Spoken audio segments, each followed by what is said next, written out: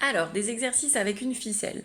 Vous prenez une ficelle normale, là j'ai pris une qu'on trouve en bobine, vous pouvez prendre des rubans ou autre. Et puis soit vous en faites vraiment une ficelle fermée avec un nœud, soit vous la laissez ouverte. C'est possible dans les deux cas. Avec les ficelles fermées, pour certains exercices, c'est plus simple.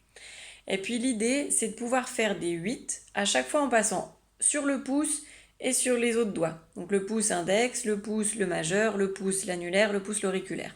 Donc en gros, on enroule autour du pouce, on revient sur l'index, ça fait un 8 quand on revient au pouce. On reprend le pouce, on va sur le majeur, on refait le 8, sur l'annulaire, sur l'auriculaire. Et du coup, ça fait ce qu'on appelle un parachute. C'était les jeux que j'avais quand j'étais petite. Donc voilà, ça c'est le jeu, les jeux avec ficelle, ça permet vraiment de dissocier les doigts, d'essayer d'emmêler. Et puis l'idée, vous pouvez essayer de faire des concours en essayant de les faire le plus vite possible, en regardant, en fermant les yeux, main gauche et main droite, toujours des deux côtés, c'est important aussi. Et puis, vous enroulez bien, il y a toujours un côté qui va mieux que l'autre. Et voilà, le parachute des deux côtés. Toujours avec la ficelle, vous pouvez faire aussi donc la ficelle fermée cette fois.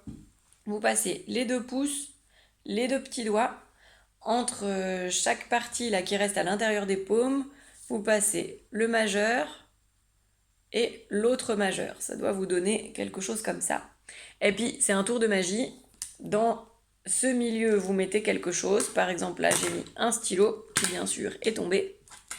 Mais en gros, vous allez mettre par exemple la main de quelqu'un, puis normalement du coup cette main elle est emprisonnée dans votre ficelle, et puis vous recommencez le même exercice, donc pouce, petit doigt, vous croisez les majeurs, et du coup il y a tout qui est tombé, donc je recommence. Mon stylo était pas assez gros. Et puis après, quand votre stylo est pas tombé ou le poignet de quelqu'un, vous le repassez dans l'autre sens, vous enlevez et hop, c'est le tour de magie, le poignet est libéré.